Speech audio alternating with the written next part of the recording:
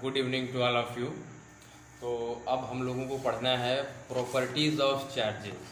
Charge की क्या क्या प्रॉपर्टी होती है, मैंने पिछले वीडियो में भी डिस्कस किया हुआ था कि चार्ज की क्या प्रॉपर्टीज़ होती है। तो आइए जानना शुरू करते हैं चार्ज की क्या प्रॉपर्टीज़ होती है। पहली प्रॉपर्टी चार्ज की ये होती है कि जो लाइक चार्जेस होते हैं repels each other while unlike charges attract each other. कहने का मतलब ये है कि जो सेम चार्ज होंगे, जैसे पॉजिटिव पॉजिटिव चार्ज होगा या निगेटिव नेगेटिव चार्ज होगा तो वहाँ पे फोर्स ऑफ रिपल्सन होगा, जबकि अगर पॉजिटिव नेगेटिव चार्ज होगा तो वहाँ पे फोर्स ऑफ अट्रैक्शन होगा। दूसरी प्रॉपर्टी क्या है? दूसरी प्रॉपर्टी ये है कि चार्जेस आर क्वांटाइज्ड। चार्ज क्या होते हैं? क्वांटाइज्ड होते हैं, यानी कि क्वांटाइजेशन ऑफ चार्ज। मतलब जो आपको टॉपिक मिलेगा बुक में वो इस तरीके से मिलेगा, क्वांटाइजेशन ऑफ चार्ज। तो ये होता है क्या, ये समझ लेते हैं क्वांटाइजेशन ऑफ चार्ज क्या होता है। तो क्वांटाइजेशन ऑफ चार्ज को समझने के लिए ध्यान से मेरी बातों को सुनिएगा, क्योंकि एक्चुअली इसका डिफिनीशन आपके बुक में जो लिखा हुआ मिलेगा आपको वो इस तरीके से इंग्लिश में लिखा हुआ मिलेगा।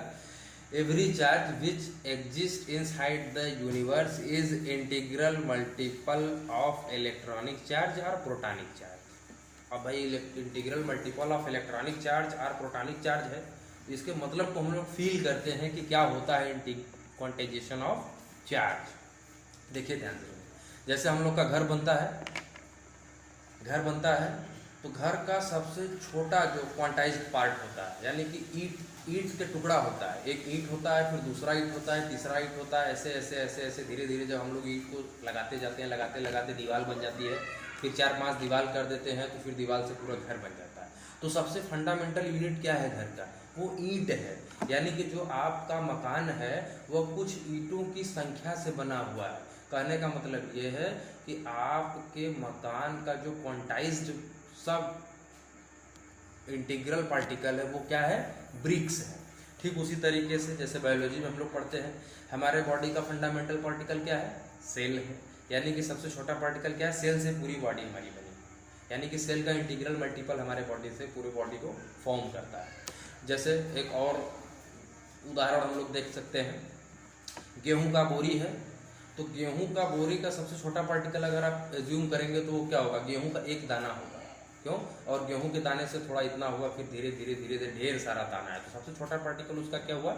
गेहूं का एक दाना हुआ। उसी एक दाने से पूरा गेहूं का बोरी भरा हुआ है। तो कहने का मतलब ये है कि जैसे अभी आपसे हमने कहा कि क्वांटाइजेशन ऑफ इलेक्ट्रिक चार्ज में, क्वांटाइजेशन ऑफ इलेक्ट्रिक चार्ज में हमने आपको बताया कि चार्ज जो होता है, कोई भी चार्ज है, वो क्या है? Integral multiple of electronic charge या प्रोटॉनिक चार्ज के बराबर होता है। तो कहने का मतलब ये है कि कोई भी अगर चार्ज होता है तो वो इलेक्ट्रॉन के चार्ज के इंटीग्रल मल्टीपल के बराबर होगा। इंटीग्रल मल्टीपल मतलब कोई भी नंबर, पॉजिटिव इंटीजर या निगेटिव इंटीजर हो सकता है, 1 2 3 4 5 6 7 8 9 10। क्योंकि इंटीग्रल मल्टीपल की बात कही जा रही है तो इंटीग्रल मल्टीपल का मतलब ये होगा कि उसमें 1/2 1/3 3/4 नहीं हो सकता। तो जो भी इलेक्ट्रॉन का चार्ज होगा वो पूरा चार्ज होगा। मतलब जो आपका बेसिक फंडामेंटल है चार्ज का, वो क्या है? किस चीज़ से कोई भी चार्ज बनेगा? वो इलेक्ट्रॉन के चार्ज से जुड़ जुड़ कर, इलेक्ट्रॉन के चार्ज के बराबर से जुड़ जुड़ कर बनेगा। जैसे मैंने आपको घर का उदाहरण दिया था। तो अब इलेक्ट्रॉनिक चार्ज होता कितना है?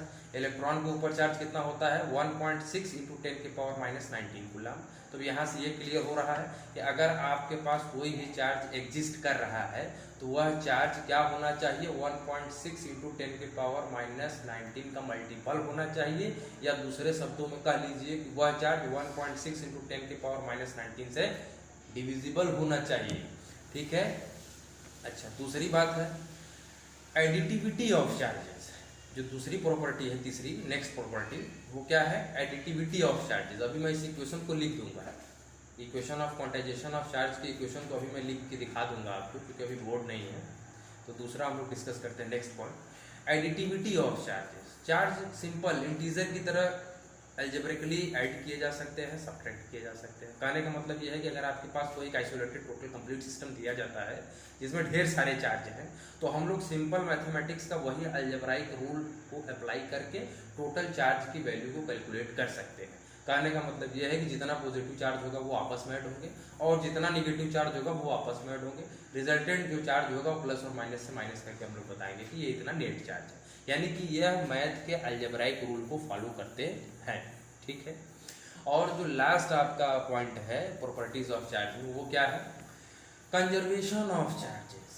कंजर्वेशन ऑफ चार्जेस, तो इसमें क्या है? Charges are conserve. कंडीशन क्या है? कंडीशन ये है कि फॉर एन आइसोलेटेड सिस्टम, कोई भी अगर आपके पास बॉडी है, कंडीशन ये होना चाहिए कि वो किसी कंडक्टिंग मटेरियल से टच में नहीं होना चाहिए। तो उस आइसोलेटेड सिस्टम में जो चार्जों की संख्या होती है वो क्या होती है? कंजर्व्ड होती है। यानी कि टोटल सिस्टम जो आइसोलेटेड बॉडी का होता है वो क्या होता है? कंजर्व्ड होता है, यानी कि उसमें कोई भी चेंजेस आप नहीं कर सकते, ठीक है। तो ये था आपका कंजर्वेशन ऑफ चार्ज। अब हम लोग थोड़ा सा उस इक्वेशन को डिस्कस कर लेते हैं, equation of quantization of electric charge को डिस्कस कर लेते हैं। तो आइए इसको बोर्ड पे समझ लेते हैं। तो हम लोग आज क्या पढ़ रहे थे? Properties of electric charge. तो क्या है आज का? Properties of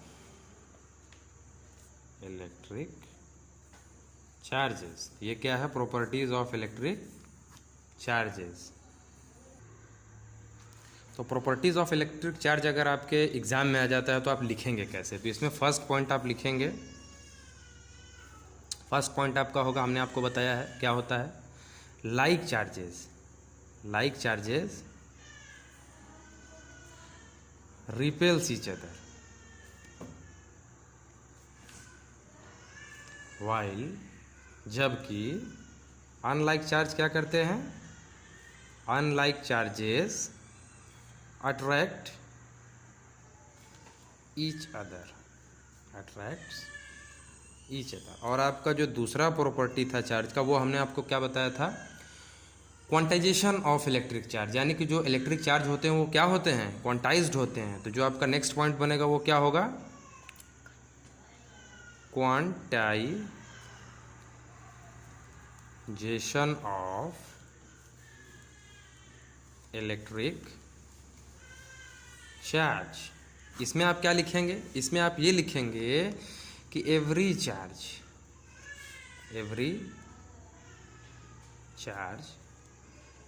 that exist is या are integral multiple of fundamental electronic charge और प्रोटॉनिक चार्ज।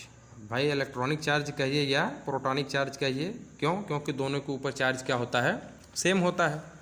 तो चूंकि आपने क्या कहा, मान लेते हैं कि हमारे पास कोई Q नाम का चार्ज है, चूंकि चार्ज का रिप्रेजेंटेशन किस सिंबल से किया जाता है? Q से किया जाता है। तो अगर आपके पास कोई Q नाम का चार्ज होगा तो वो भाई ये क्या कह रहे हैं? It should must be integral multiple of electronic charge. और इलेक्ट्रॉनिक चार्ज का सिंबल क्या होता है? E होता है। और ये भाई इंटीग्रल मल्टीपल है, यानी कि इसी इलेक्ट्रॉन का मल्टीपल ही है होगा यह चार्ज, इसी इलेक्ट्रॉनिक मल्टीपल का ही चार्ज, ये पूरा कंप्लीट चार्ज कूलम Q बनेगा। तो इसे किससे रिप्रेजेंट करते हैं? N से रिप्रेजेंट करते हैं। और N की वैल्यू कुछ भी हो सकती है, जैसे पॉजिटिव इंटीजर या निगेटिव इंटीजर। तो +-1 या +-2 +-3 +-4। लेकिन हाँ, आप ये याद रखिएगा, N should must be integral, not should be fractional. ये फ्रैक्शनल नहीं हो सकता है, ठीक है, इस बात को ध्यान रखिएगा। फ्रैक्शनल मतलब N की वैल्यू आप 1/2, N की वैल्यू 1/3 या माइनस में आप इसे नहीं कंसीडर कर सकते हैं। सिर्फ और सिर्फ ये क्या होगा? इंटीग्रल होगा। तो ये क्या होगा? आपका क्वांटाइजेशन ऑफ इलेक्ट्रिक चार्ज हो गया। कैसे एग्जाम में लिखेंगे ये भी क्लियर हो गया। इसके बाद का जो पॉइंट था वो क्या था? Additivity of charges, additivity of charges. तो एडिटिविटी ऑफ चार्जेस में भाई क्या होता है? तो हम लोग डिस्कस अब करने वाले हैं एडिटिविटी ऑफ चार्जेस। भाई डिस्कस तो हो चुका है, लिखेंगे कैसे इसे एग्जाम में ये देख लीजिए। क्या लिखेंगे? Additivity of charge. क्या लिखेंगे? Additivity of charge is a property, ये क्या है, एक प्रॉपर्टी है, by which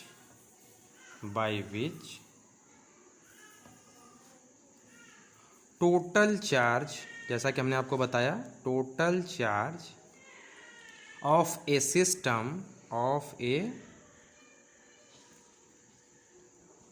is obtained by adding algebraically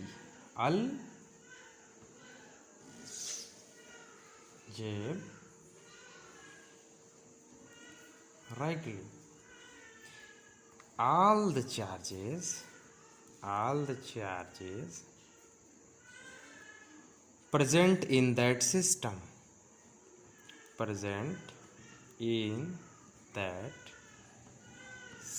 जैसा कि हमने आपको बताया था कि अगर आपके पास कोई भी बॉडी या सिस्टम मटेरियल दे दिया जाता है और उसमें आपको टोटल चार्ज की वैल्यू निकालनी है, तो उस केस में आप किसका यूज करेंगे, मैथमेटिकल अलजेब्रिकली का यूज करेंगे। कहने का मतलब ये आप समझ लीजिए, आपके पास मान लेते हैं कि कोई क्यू चार्ज है, ठीक है, कोई Q1 चार्ज है, कोई Q2 प्लस में चार्ज है, कोई Q3 चार्ज है, कोई Q4 चार्ज है, कोई Q5 चार्ज है, या मान लेते हैं कि एक भाई -Q6 चार्ज है। तब इस केस में जो टोटल चार्ज की वैल्यू होगी तो क्या लिखेंगे, टोटल चार्ज। तो जो टोटल चार्ज की वैल्यू होगी उसे हम लोग मान लेते हैं Q है, तो उसकी वैल्यू क्या हो जाएगी, Q1 plus Q2 plus Q5 है तो यहाँ Q5 हो जाएगा, Q4 प्लस Q6 है तो यहाँ Q6 हो जाएगा, और यहाँ -Q6 है तो प्लस माइनस Q6, और इस प्लस का मल्टीप्लाई माइनस में होगा तो इट विल बिकम माइनस। तो ये हो गया आपका एडिटिविटी ऑफ चार्ज। और अब जो है कि बचा आपका लास्ट पॉइंट क्या था भाई आपका, तो लास्ट पॉइंट अब आपका बचा हुआ था वो क्या है, कंजर्वेशन ऑफ चार्ज। कैसे लिखेंगे आप एग्जाम में, अपने एग्जाम में आप कैसे लिखेंगे, आप लिखेंगे कंजर्वेशन ऑफ चार्ज, ये आखिरी प्रॉपर्टी है, कंजर्वेशन ऑफ चार्ज। इसमें हम कैसे लिखेंगे एग्जाम में ये देखिए, तो conservation of charge is the property, यानी कि it is the property by which total charge क्या होगा, कंजर्व होगा, total charge of an isolated system और body, isolated system always remains, क्या होता है, कांस्टेंट, जैसा कि हमने आपको पहले ही बता दिया। खैर आप एग्जाम में कैसे लिखेंगे, तो अगर आपके एग्जाम में आता है तो ऐसे लिखेंगे। इसका मतलब ये हुआ कि अगर आपके पास कोई आइसोलेटेड सिस्टम या बॉडी होता है तो उस बॉडी या सिस्टम का जो टोटल चार्ज होगा दैट विल बी कंजर्व, ठीक है। अब आपका अगला पॉइंट है कूलम्ब्स लॉ। तो नेक्स्ट वीडियो में हम लोग क्या डील करेंगे, कूलम्ब्स लॉ।